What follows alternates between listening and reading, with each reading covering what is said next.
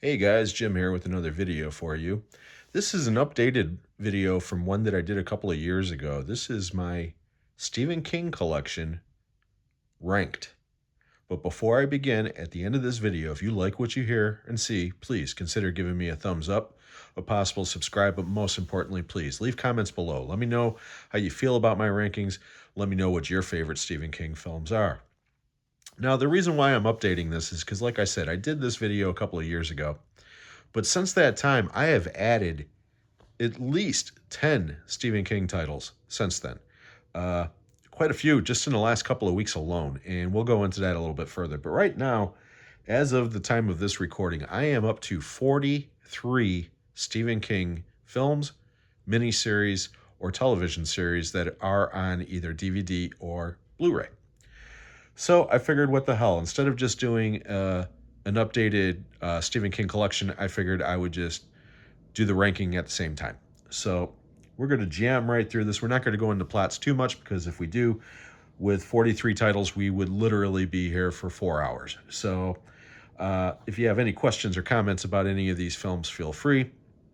And before I begin, I do want to stress a couple of things. Number one, first and foremost, these rankings are based strictly on my own personal preference. It has nothing to do with quality of film. The other thing that I want to stress is that I am only including the films that I currently own on Blu-ray or DVD. I am not including Stephen King films that I do not own. So I don't want anybody asking me where's Children of the Corn or The Night Flyer or Hearts in Atlantis. Sorry, I don't own any of those films. But I do own, like I said, 43 titles that are related to Stephen King in one way or another. So like I said, we are going to jam through this, and I know for a fact some of these rankings are going to be very controversial. But again, I will explain myself a little bit if I feel it is necessary. So let's begin with no further ado. We're going to start at the bottom of the barrel. And oh yeah, one more thing I do want to mention. Okay, there's 43 titles here. Out of the 43, I really enjoy at least 35 or so of them, okay? And out of the 43, there's only two that I truly despise. So we'll get into those right away. So, coming in dead last, number 43 is Pet Sematary 2. Now, technically, this is not a Stephen King property. It's based off of the original film. He is an executive producer on this. That is all. He did not write the script. He did write the screenplay of the original. Mary Lambert did come back. She was the director of the first film. But outside of Clancy Brown, this movie's worthless. It's a piece of shit as far as I'm concerned. Just a cash grab. Do not like it. Didn't like it then. Don't like it now. The only reason why I got this thing is because it was super cheap with a slipcase, and I've had buyer's remorse ever since. So, bottom of the barrel, number 43 is Cemetery 2. Pet Cemetery 2, I'm sorry. Now, number 42, you're going to love this. It's just the disc, and it's the movie Dreamcatcher. Now, the reason why you're like, hey, what the hell, man? How come you got this going up? It's a blank disc, and it's part of a multi-pack. And quite frankly, of the multi-pack, there's 4 movies, 2 per disc, which really pisses me off. And the other movie in the pack I kept in that case because, quite frankly, it's much better than Dreamcatcher. Dreamcatcher's a piece of shit. So we'll leave it at that. So number 42, Dreamcatcher. And the last of the stuff that I really don't like at all, number 41 from 2006. This was a TV series called Nightmares and Dreamscapes. This was originally on TNT, I believe. And it comprised of, I believe, 8 short half-hour episodes of different, based on different short stories from Stephen King. The only one that's worth a damn is one called Battleground, with William Hurt as a hitman who is being attacked by these little toy army figures and stuff. And it sounds goofy, but it's actually very well done. And Bruce Spence is also in that one. No dialogue is in that story at all. It's just all done visually, but it's fantastic. Every other story in this sucks. So that's why it's ranked as low as it is. It would probably be dead last if it wasn't for that Battleground episode, because like I said, that episode is fantastic. So, number 41 is Nightmares and Dreamscapes. Number 39, is The Boogeyman from 2023. This movie's okay. It's PG-13. The problem with this movie is the short story that it's based on is literally only 9 pages long. The opening scene of this movie with David Demolshin is the short story. Everything that comes after it is just makeup for this movie. And it's fine, okay? It's not bad. This is more of a gateway horror film for kids. And again, it's for a PG-13 film, it's effective, but it's not one that I go back to on a regular basis. I got this super cheap used from, as you can see, Arlington Heights Memorial Library. So I think this cost me $5. So again, it's not a bad movie. It's just something that I don't go back to. So that's why it's ranked where it is at number 40. Number 39 is another TV series, and this one is from Hulu, from executive producer J.J. Abrams. This is Castle Rock. This ran for 2 seasons from 2018 to 2019, and it was canceled after that, unfortunately. And I actually really enjoyed this. And again, the reason why this is ranked so low is because it is not based on anything Stephen King ever wrote. It has to do with the town that he based many of his books in, Castle Rock, and it includes several of his characters. So it's in the Stephen King universe. And for what it is, it's very entertaining. But again, it's not something that I go back on repeated viewings. Next, at number 38 from 1984, we have Firestarter with little Drew Barrymore, Heather Locklear, Freddie Jones, David Keith, Art Carney, Martin Sheen, and George C. Scott as an American Indian. I shit you not. I like this movie. I don't love it. I've never loved it. It's goofy. Okay, it's a miles better than the remake with Zac Efron, which I do not own and never will own. But again, the reason why it's ranked so low is because, again, I don't go back to it very often. And unlike some of these other ones coming up, there's not a lot of nostalgic love for this, even though I did see this theatrically and I had this poster on my wall because I worked at the theater. Anything that was Stephen King related, I grabbed the poster, including this one and a couple other ones coming up. But as it is, like I said, Firestarter's fine. It's just, it is what it is. So that's number 38. Moving right along to number 37. Here comes some controversy, but I don't care. Creepshow 2, which was released in 1987, the follow-up to the 1982 classic. I don't like this movie. I'm sorry. I do like the middle story, The Raft, which is based on a Stephen King story. And I kind of like the hitchhiker story at the end. Just the whole, thanks for the ride, lady. Thanks for the ride, lady. I mean, I kind of got a kick out of that. But the Indian story does nothing for me. And I absolutely detest the cartoon wraparound. The problem with this movie is it feels cheap. It just does. The first movie was cheap, but it didn't look it. This one does. And again, if it wasn't for the Raft, I wouldn't even own this one. So that's the reason why Creepshow 2 is number 37. I know an awful lot of people love this movie, but I'm not one of them. As a matter of fact, people are going to go, what? You ranked that over Creepshow 2? Yeah, I did. And I'm talking about Cat's Eye from 1985, the other anthology movie that was released around that time. And this one stars Drew Barrymore again, but also James Woods, Alan King, Kenneth McMillan, Robert Hayes, Candy Clark. Yeah, this movie, again, it's not scary. It's like a gateway film. Comprises of 3 stories. The third story with Drew Barrymore and the troll in the wall is kind of worthless, but I absolutely love the first 2 stories, especially the first one with James Woods where he's trying to quit smoking. It's great, and it's based on, again, the first 2 stories are based on 2 short stories that were in the Night Shift collection. He wrote the troll story directly for the screen because he fell in love with Drew Barrymore on the set of Firestarter and wanted to write something for her. And from that standpoint, it's very sweet. But again, not something that I do go back to a lot. But again, I really, really enjoy Smokers Incorporated, which is the first story with James Woods. So that's number 36. Number 35 is the most recent remake of Salem's Lot from 2024. This premiered on HBO Max. Stars Lewis Pullman, among others. And I don't hate this movie. I don't like it as much as the original, of course, and I think it's much better than the remake from the early 2000s with Rutger Hauer and Rob Lowe. That thing's an abomination. The problem with this movie is it feels like the Cliff Notes version of the story because, again, the original is based on a miniseries that's 3 hours long.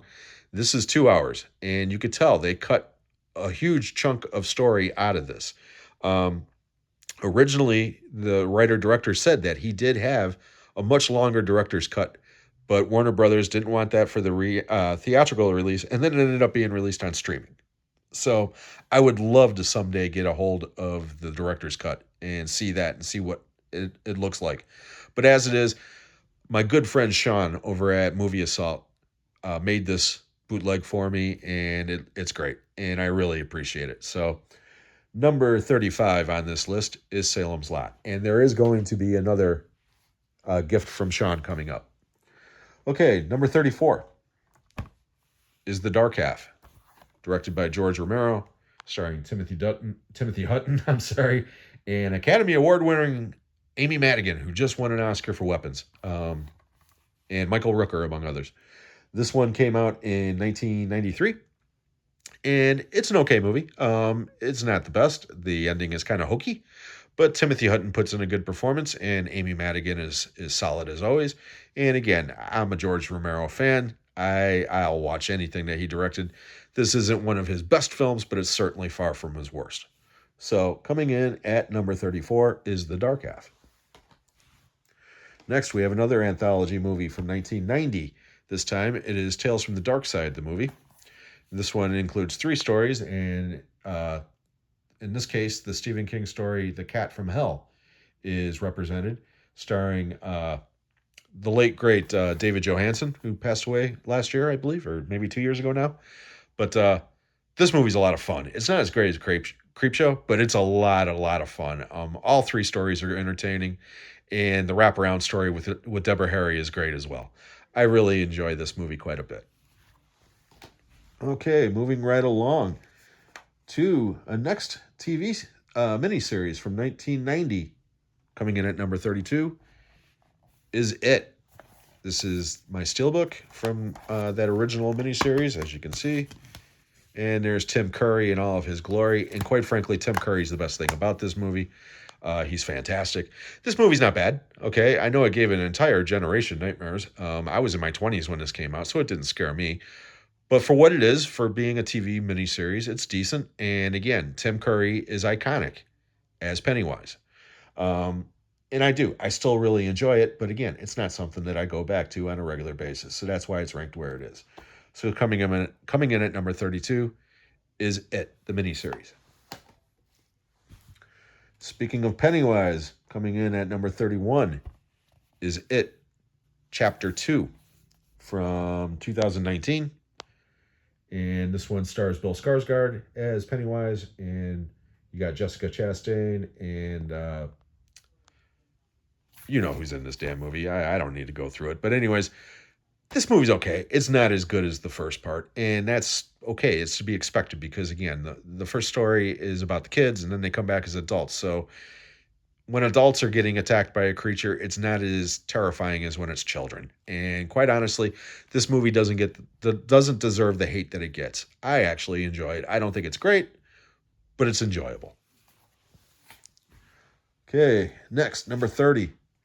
Probably the craziest movie on the entire list, and the only one that Stephen King wrote directly for the screen. And I'm talking about Mick Garris's directed Sleepwalkers. This is my Scream Factory. There's the original poster, which I'm not a cat person, but I love that poster. I've always loved that poster. I just think it's badass. But this one stars Alice Krige, who is friggin' awesome in this movie. Matt Janamick, Brian Krause, and Ron Perlman, among others. And again, this movie's batshit crazy, okay? But it's fun. Can't really go into the plot too much. YouTube will probably censor me if I do. But let's just say it has to do with virgins and cat people. And we'll leave it at that. Or actually, not cat people. People that are killed by cats. The only thing that can kill them is cats.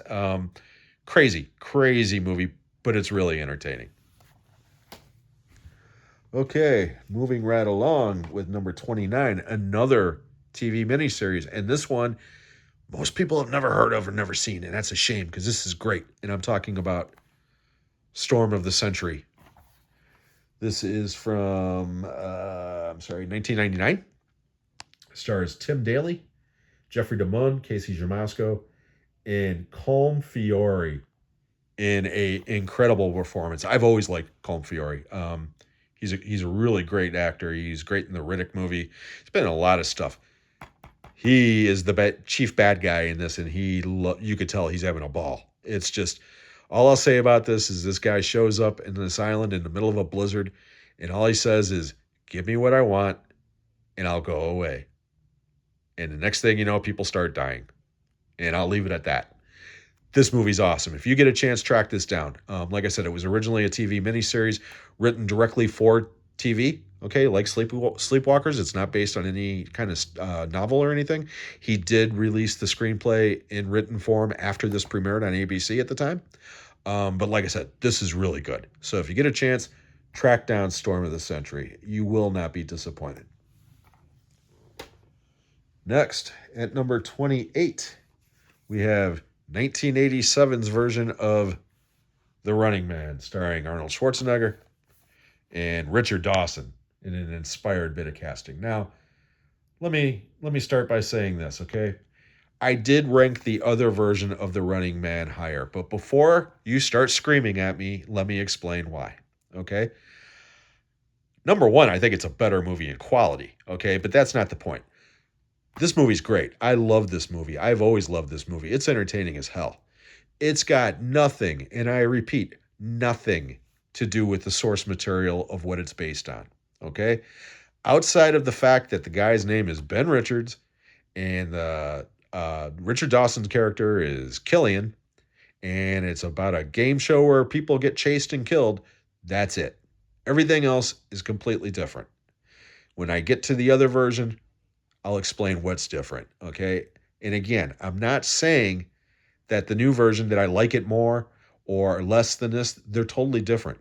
I'm looking at this based strictly on how they are based on the Stephen King source material. And bearing that in mind, I have to rank this where it is. So coming in at number 28 is 87's The Running Man. But again, I want to stress, from here on out, I love everything. I do. I mean, from a couple of movies back, I was talking about Storm of the Century. You could tell how much I like that. And like I said, everything from here on out, I do really enjoy. Okay, moving right along before I get killed by you people. Coming in at number 27, and this is another one that Sean was so nice enough to provide for me because it was a streaming film.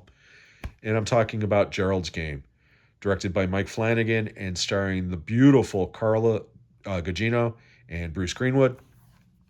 And again, you cannot get this on any kind of physical media. This is a Netflix movie that Sean was nice enough to provide for me. It's from 2017. And yeah, this is a really good movie. When I read the book, I didn't think they would ever be able to make a movie out of this. And Flanagan pulled it off. And Carla Gugino, who I've always loved, I think she's a great actress. She's absolutely gorgeous. This is without a doubt the best performance she's ever given that I've ever seen. She's fantastic. Okay, moving right along, and here we go with that multi-pack that Dreamcatcher came out of. Number 26, I'm talking about Dolores Claiborne, starring Kathy Bates, Jennifer Jason Leigh, and Christopher Plummer, among others.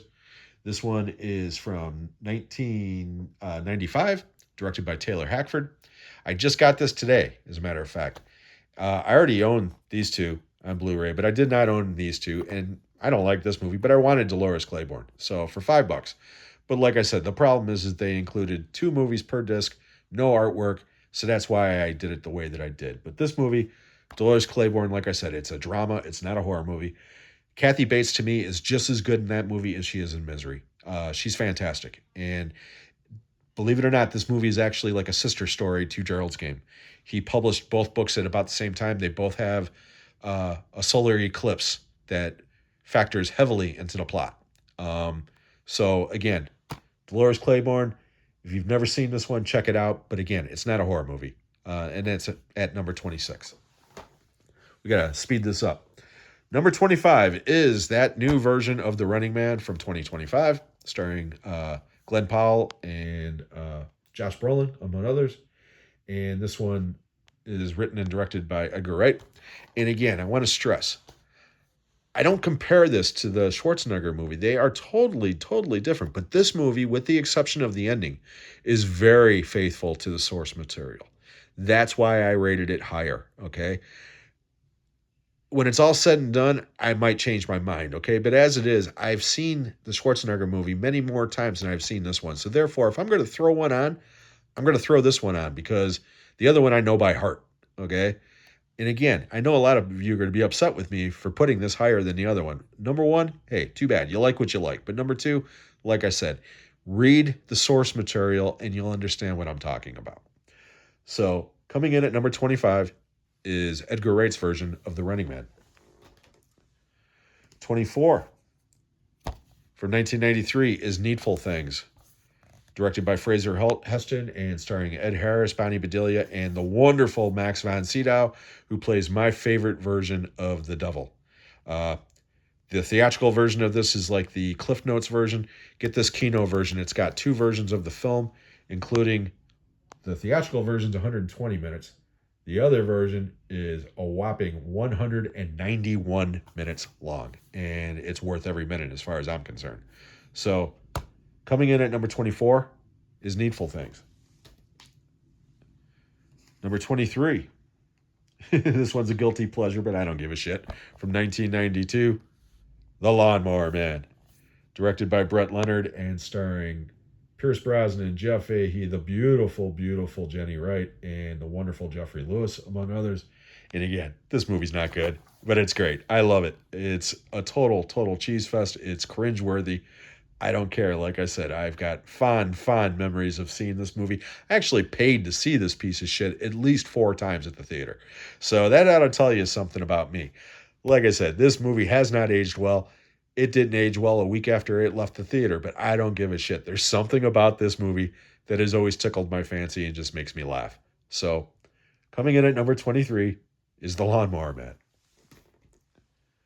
Number 22 from 1983 is Louis Teague's Cujo, starring Dee Wallace, Daniel Hugh Kelly, and Danny Pintaro in one of the best child performances I've ever seen.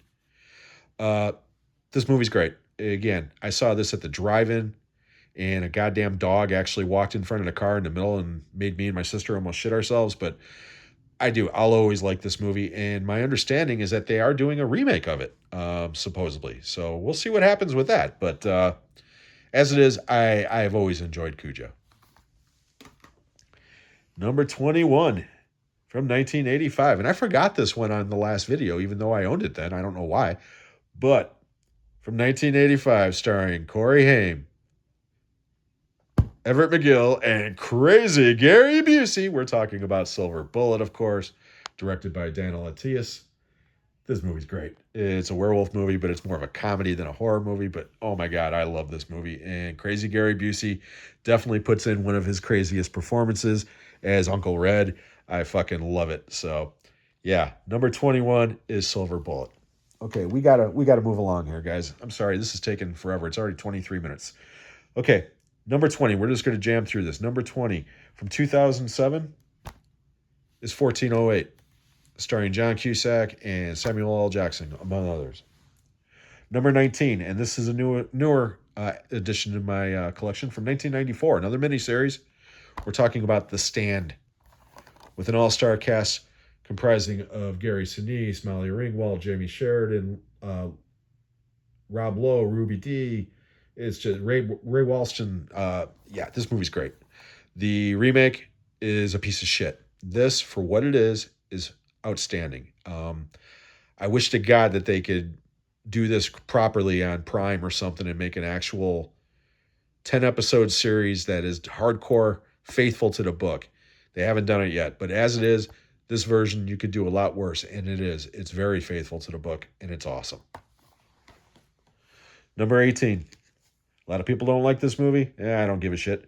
From 2025, The Monkey, directed by Osgood Perkins, and starring Theo James and Elijah Wood, among others. I had more fun watching this movie than any other movie I saw last year, so that's the reason why it's so high. Is it a good movie? No, but my God, is it fun. It's entertaining as hell. So, coming in at number 18 is The Monkey. Number 17, speaking of bad, cheesy movies that are so bad they're great, Cocaine the Movie. Maximum Overdrive from 1986. The only directorial effort from Stephen King. They probably would never let him direct again after this debacle, but I don't give a shit. I love it. Starring Emilio Estevez and Pat Hingle, among others. I don't care what anybody says. I will always adore Cocaine the Movie. Okay, moving right along. Number 16 is 1999's The Green Mile, directed by Frank Darabont, starring Tom Hanks, David Morse, and the late wonderful Michael Clark Duncan. Also got to give a big shout out to Jesus Christ, my brain just totally went dead. I'm sorry, Sam Rockwell, of course. Yeah, what can you say about The Green Mile? It's great. It's just a wonderful, wonderful movie. So that is number 16. Okay, number 15. Now, a couple of these. Here we go. Some more controversy. And again, I don't give a shit.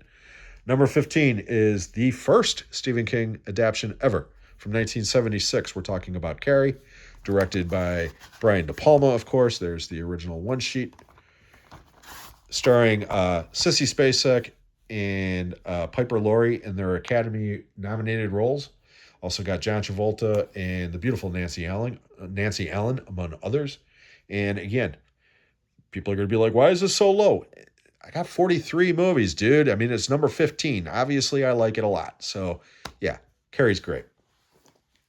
Number 14. This one's going to piss off more people, but I don't give a shit. From 1980, Stanley Kubrick's The Shining, starring Jack Nicholson, Shelley Duvall, and Scatman Crothers, among others. And again, I love this movie. I always have. But it's not like the book. It's just not. It is better than the miniseries, which is closer than the book. I'll give you that. But again, The Shining it's one of those movies that, I've seen a million times. It's a great movie. I'm in no hurry to ever go back and see it anytime soon. Okay, number 13 is the one that started it all for me. 1979's miniseries of Salem's Lot, directed by Tobe Hooper, and starring David Soul and the wonderful James Mason, among others. And yeah, this traumatized me as a kid with that little bastard floating outside the window. Let me in, Mark, let me in. I mean, yeah, just nightmare fuel. And yeah, I'll always love Salem's Lot. Next, number 12 is from 1989, and I'm talking about Pet Sematary, directed by Mary Lambert and starring Fred Gwynne in just a wonderful, wonderful performance is Judd. The only problem I've got with Pet Sematary is the lead guy is kind of bland. Dale Midkiff is his name. And Mary Crosby is also kind of bland, the two leads. Other than that, though, man, this movie's great. And that little bastard kid is creepy as hell. And like I said, Fred Gwynne, it was so awesome to see him get like a renaissance towards the end of his career between this and My Cousin Vinny. He was just a wonderful actor from my childhood that I loved on The Munsters. And like I said, this movie would be nowhere as good without him. Number 11 is John Carpenter's Christine from 1983, starring Keith Gordon, John Stockwell, Alexandra Paul, Harry Dean Stanton, and the wonderful Robert Prosky. And I got to do it. You know what, Peppa? You can't polish a toy. Love it, love it, love it. All right, guys, top 10. Let's get through this. Number 10, from director Rob Reiner, rest in peace. Misery, starring James Caan and in her Academy Award-winning performance, Kathy Bates. Also got Frances Sternhagen, who I love, and Robert Foxworth, who I also love. Misery, it's a great movie. It really is. There's two directors that have perfect records. Rob Reiner and Frank Darabont. Oh, I'm sorry, and Mike Flanagan, all three. And again, we're going to get to those other two here very shortly. But it's a great, great movie marked by two of the best performances from that year. Unfortunately, James Caan doesn't get the love that he deserves, but I think he's just as good as Kathy Bates. Okay, number 9. Here's some more controversy. I don't give a shit. Speaking of Mike Flanagan, he directed Doctor Sleep in 2019, which is the sequel to The Shining. And it's Kind of an impossible film, just like Gerald's Game. He bridged the gap between the book and the movie and made a sequel to both, and it works beautifully. I know a lot of people don't like this movie. Most of those people are really in love with The Shining, and I get it. I understand. Doesn't matter. To me, I think this is a far superior film as far as entertainment value goes. Kubrick's film's a masterpiece. This is not. I'm not saying this is a better in quality film. I'm saying if I got a chance to watch one or the other, I'm going to watch Doctor Sleep, especially the director's cut. And Rebecca Ferguson is a fucking rock star in this movie. She is awesome. The scene with her and Jacob Tremblay as the baseball kid is absolutely nightmare fuel. I love this film beyond words. Speaking of loving a film beyond words, and that's every movie coming up. Number 8 from 1982 from George Romero, Creepshow. The greatest anthology movie ever made, in my opinion. Starring, in no particular order, Hal Holbrook, Leslie Nielsen, Adrienne Barbeau, Ted Danson, E.G. Marshall, Stephen King, so many more.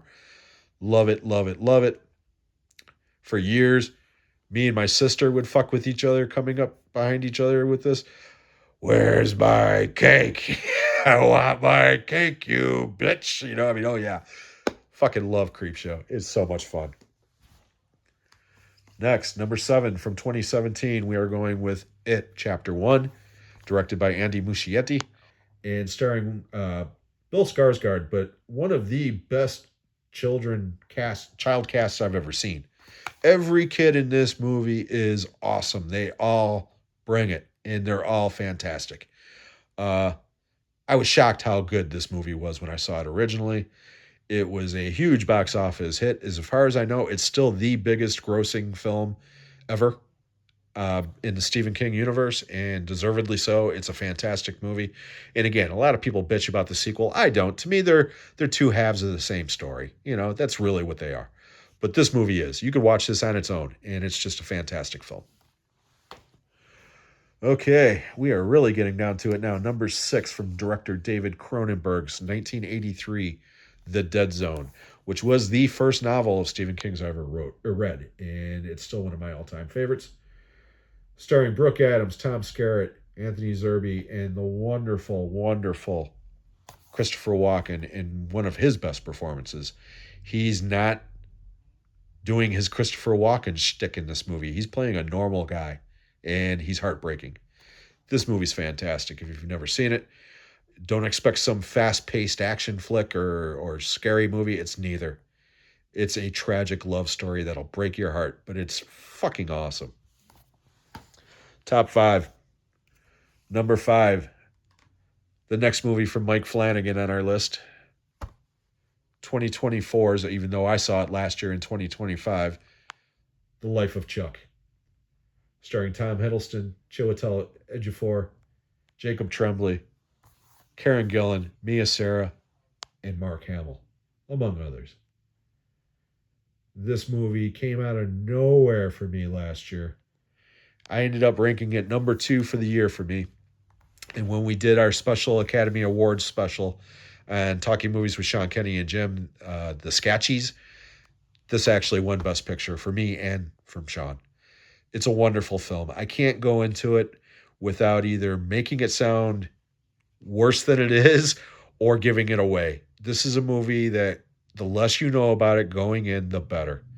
All I will say is, please give it a chance and give it time. You will not be disappointed. The ending, if you have any kind of heart whatsoever, will get you. This movie is incredible. Number 4, from 2007, from Frank Darabont again. We're talking about The Mist. Starring Thomas Jane, Jeffrey DeMunn, Marcia Gay Harden, Laurie Holden, and Toby Jones, among others. My God, I love this movie. It's got one of the all-time endings ever. I mean, just, oh my God. It's a kick in the stomach. The only problem with this movie is that it was released on Thanksgiving Day, and I'll never figure that one out. But this movie should have been much bigger than it was. And it's like the other 2 Stephen King movies from Frank Darabont. It's a masterpiece, in my opinion. Some of the CGI effects don't hold up. Watch it in black and white, and they hold up much better. This movie is fucking awesome. Number 3, from 2025, and I know some of you were wondering where this was going to pop up, all the way at number 3. Francis Lawrence directed The Long Walk, starring Cooper Hoffman, David Johnson, Garrett Waring, uh, Ben Wang, and Mark Hamill, among others, and Judy Greer. Got to mention Judy Greer. This was my number 1 movie from last year. I said it then, I'll say it now. This, when it's all said and done, will go down as one of the best Stephen King movies ever made, period. It's just a great movie. If you're thinking that it's just a Hunger Games ripoff, look deeper. As dark and as depressing as this movie is, it's also beautiful. It's about friendship. It's about brotherhood. And it's just a great, great fucking movie, in my opinion. Number 2, the other movie from Rob Reiner, 1986's Stand By Me. The greatest coming-of-age film ever, in my opinion. With an incredible ensemble cast of 4 young actors at the top of their game. Will Wheaton, Corey Feldman, Jerry O'Connell, and especially the late, great River Phoenix. And of course, you have Kiefer Sutherland, John Cusack, and others in this film as well. This was a little sleeper hit in 1986 that has aged like fine wine. And everybody that watches this film absolutely falls in love with it. I've always loved it. I just think it's a perfect film. But number 1, without a doubt, and it hasn't changed, 1994's The Shawshank Redemption. The final film in our list, directed by Frank Darabont. And again, with a great, outstanding ensemble cast headlined by Tim Robbins, Morgan Freeman, Clancy Brown, William Sadler, Bob Gunton, and of course James Whitmore as Brooks. When I say masterpiece, I mean it. This movie is considered one of the greatest films from the last 50 years, and I certainly will not disagree. Sadly, it did not make a big dent at the time. It's got a weird title. The name of the novella that it's based on is even worse. Rita Hayworth in The Shawshank Redemption. But it doesn't matter. Eventually, this movie got its attention on cable and on home video, and it has been beloved ever since. And I think a couple of other films on my list are going to be like this: The Long Walk and The Life of Chuck. I think eventually both are going to end up aging like The Shawshank Redemption and becoming much bigger than they initially were on their theatrical runs. But we got to end this video, so let's recap this real quickly. So number 1 is The Shawshank Redemption. Number 2 is Stand By Me. Number 3 is The Long Walk. Number 4 is The Mist. Number 5 is The Life of Chuck. Number 6 is The Dead Zone. Number 7 is It, Chapter 1. Number 8 is Creepshow. Number 9 is Dr. Sleep. Number 10 is Misery. 11 is Christine. 12 is Pet Sematary. 13 is Salem's Lot from 1979. 14 is The Shining. 15 is Carrie. 16 is The Green Mile. 17 is Cocaine the Movie, Maximum Overdrive. 18 is The Monkey. 19 is The Stand from 1994. 20 is 1408. 21 is Silver Bullet. 22 is Cujo. 23 is The Lawnmower Man. 24 is Needful Things. 25 is The Running Man from 2025. 26 is Dolores Claiborne. 27 is Gerald's Game. 28 is The Running Man from 1987. 29 is Storm of the Century. 30 is Sleepwalkers. 31 is It, Chapter 2. 32 is It, the original miniseries. 33 is Tales from the Dark Side, the movie. 34 is The Dark Half. 35 is Salem's Lot 2024. 36 is Cat's Eye. 37 is Creepshow 2. 38 is Firestarter. 39 is Castle Rock. 40 is The Boogeyman. 41 is Nightmares and Dreamscapes. 42 is Dreamcatcher. And dead last at 43 is Pet Cemetery Part 2. I hope you enjoyed this. If you did, please consider giving me a thumbs up, a possible subscribe, but most importantly, please leave those comments below. I'm sorry this ran so long. We'll see you on the next one.